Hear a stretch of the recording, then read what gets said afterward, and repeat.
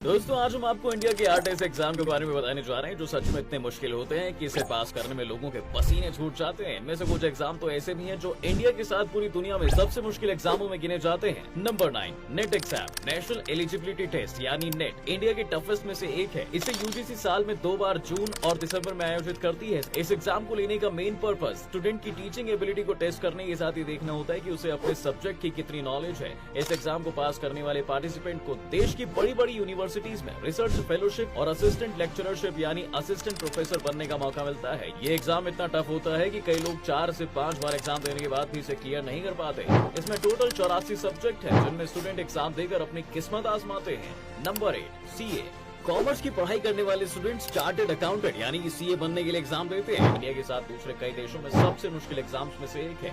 CA के exam को कुल 3 हिस्सों में बांटा गया है। पहला है सीपीटी। इस एग्जाम में वो कोई भी स्टूडेंट बैठ सकता है जिसने 12वीं कॉमर्स स्ट्रीम से पास की हो। इसमें 2 सेक्शन में एग्जाम होते हैं जिसमें fundamentals of accounting, mercantile law, journal economics और क्वांटिटेटिव एप्टीट्यूड जैसी चीजों के 150 सवालों का जवाब देना होता है। इसे क्लियर करने के बाद आता है आईपीसीसी एग्जाम। इस पेपर में स्टूडेंट्स को एथिक्स एंड कम्युनिकेशन, बिजनेस और company law, cost accounting, financial management, taxation, advance accounting और आईटी एंड स्ट्रेटेजिक मैनेजमेंट के सवालों के जवाब लिखने होते हैं। इस लिस्ट में आता है फाइनल एग्जाम यानी सीए एग्जाम। ये बहुत मुश्किल एग्जाम होता है दोस्तों, जिसे पार कर पाना बहुत ही मुश्किल है। आपको बता दें कि इंडिया में हर साल लाखों लोग सीए क्लियर करने के लिए एग्जाम देते हैं, जिनमें से कुछ ही एग्जाम को क्रैक कर पाते हैं। इस एग्जाम में सक्सेस रेशियो सिर्फ 7 से 8% का है।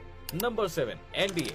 जो लोग सेना में बड़े ऑफिसर बनने के सपने रखते हैं वो एनडीए यानी नेशनल डिफेंस एकेडमी में एडमिशन लेने के लिए एग्जाम देते हैं। इस एग्जाम में वो स्टूडेंट बैठ सकते हैं जिन्होंने 12वीं का एग्जाम पास कर लिया हो या फिर एग्जाम में बैठने वाले हो। साथ ही इसमें एज लिमिट भी होती है जिसके मुताबिक कम से कम 16 और ज्यादा 19 साल के कैंडिडेट्स ही इस एग्जाम का पार्ट बन सकते हैं। ये एग्जाम 2 राउंड में होता है, जहाँ पहले यूनियन पब्लिक सर्विस कमीशन यानी यूपीएससी कैंडिडेट में एप्टीट्यूड और रीजनिंग के जैसे सवाल पूछे जाते हैं। इसके बाद इंडियन आर्मी पास हुए कैंडिडेट का एक फिजिकल टेस्ट करवाती है, जहाँ देखा जाता है कि कैंडिडेट फिजिकली कितना स्ट्रॉन्ग है। इसके बाद उनका सिलेक्शन किया जाता है। लेकिन ये दोनों ही एग्जाम बहुत ही मुश्किल हैं, जिन्हें पास कर पाना बहुत ही टफ हो पाता है। इसे आप ऐसे समझ सकते हैं कि इंडिया में हर साल 5 लाख से ज्यादा लोग एनडीए के लिए अप्लाई करते हैं, जिनमें से 10,000 लोगों को इंटरव्यू के लिए बुलाया जाता है, जिनमें से सिर्फ 400 लोगों को ही सिलेक्ट किया जाता है, क्योंकि एनडीए के एक बैच में सिर्फ 400 सीटें होती हैं, जिनमें से 40 एयरफोर्स के लिए और 50 नेवी के लिए होते हैं और बाकी बच्चे कैडेट आर्मी में होते हैं। Number 6 CLAT. दोस्तों कॉमन लॉ एडमिशन टेस्ट। इस एग्जाम में वो लोग बैठते हैं जिन्हें लॉ फील्ड में दिलचस्पी होती है। इस एग्जाम को पास करने वाले स्टूडेंट्स को इंडिया के top 22 national law and universities में एडमिशन मिलता है। क्योंकि ऐसी यूनिवर्सिटीज में सीट्स बहुत कम होती हैं, इसलिए यहाँ एडमिशन के लिए एक टफ एंट्रेंस एग्जाम लिया जाता है, जिसमें स्टूडेंट्स के maths, English, logical reasoning, attitude और लीगल रीजनिंग के सवाल पूछे जाते हैं। कहा जाता है कि इस एग्जाम में हर साल 45,000 से ज्यादा स्टूडेंट्स बैठते हैं, जिनमें से बहुत कम लोग ही इसे क्लियर कर पाते हैं। इसमें 12th पास कोई भी स्टूडेंट इस एग्जाम में बैठ सकता है। इसे कंसोर्टियम ऑफ नेशनल यूनिवर्सिटी हर साल करवाती है। Number 5 IIT JEE. राजस्थान के कोटा में चलने वाले सैकड़ों कोचिंग सेंटर इन्हीं 2 परीक्षाओं में पास या फिर फेल होने के सैकड़ों स्टूडेंट्स की वजह से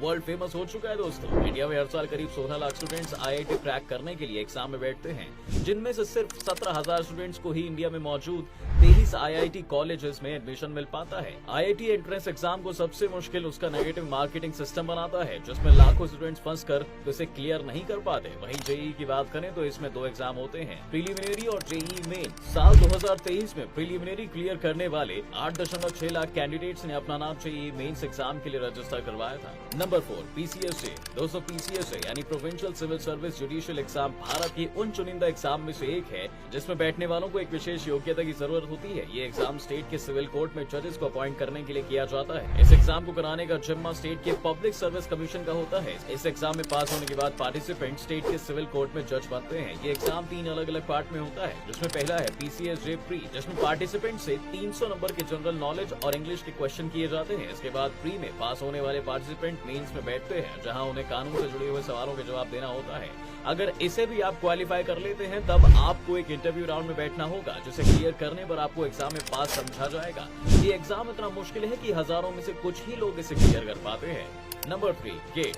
दोस्तों अगर बात करें गेट एग्जाम की तो वैसे तो ये एग्जाम इंजीनियरिंग की फील्ड का काम कर रहे स्टूडेंट्स को बेटर अपॉर्चुनिटीज प्रोवाइड करवाने का मौका देता है, लेकिन लेकिन ये एग्जाम इंजीनियरिंग स्टूडेंट्स के अलावा दूसरी फील्ड से आने वाले स्टूडेंट्स को भी कई अपॉर्चुनिटीज देती है। जैसे BCA, MC और MSc करने वाले स्टूडेंट्स इस एग्जाम को क्लियर करके इसका फायदा उठा सकते हैं। जैसे कि आप अगर गेट एग्जाम क्लियर करके MTech करते हैं तो आपको अपनी पढ़ाई करने के लिए गवर्नमेंट हर महीने 12,000 रुपए एज स्टाइपेंड देती है। साथ ही गेट एग्जाम क्लियर करने वाले PUS यानी कि पब्लिक अवेयरनेस ऑफ साइंस में सिलेक्शन MTech और MS करने वालों को मौका मिलता है। इसके अलावा अगर आप इस एग्जाम को क्लियर कर लेते हैं तो आप इंडिया के साथ साथ दुनिया की 100 सबसे अच्छी यूनिवर्सिटीज में एडमिशन ले सकते हैं। साथ ही ऐसे कैंडिडेट के बड़ी बड़ी कंपनीज में जॉब लगने के चांसेस बहुत ज्यादा होते हैं। Number 2, CAT common admission test यानी कैट एग्जाम भारत के उन चुनिंदा एग्जामों में से एक है दोस्तों, जिसे क्लियर करने के लिए स्टूडेंट्स में रेस लगी रहती है। ये MBA करने वाले स्टूडेंट्स के लिए एक एंट्रेंस एग्जाम की तरह है, जिसे क्लियर करके उन्हें IIM जैसी बड़ी कॉलेज में एडमिशन मिल जाता है, जहां से पास आउट होने वाले बच्चों को दुनिया भर की बड़ी बड़ी कंपनीज अच्छी सैलरी पैकेज पर जॉब ऑफर करती है। लेकिन इसके लिए अच्छे परसेंटाइल से कैट एग्जाम क्लियर करना होता है। लेकिन कैट एग्जाम बाकी सभी एग्जाम से बहुत अलग होता है, क्योंकि इसमें ज्यादातर वर्बल रीजनिंग और एप्टीट्यूड टेस्ट के सवाल होते हैं, जिन्हें बहुत कम टाइम में सॉल्व करना होता है।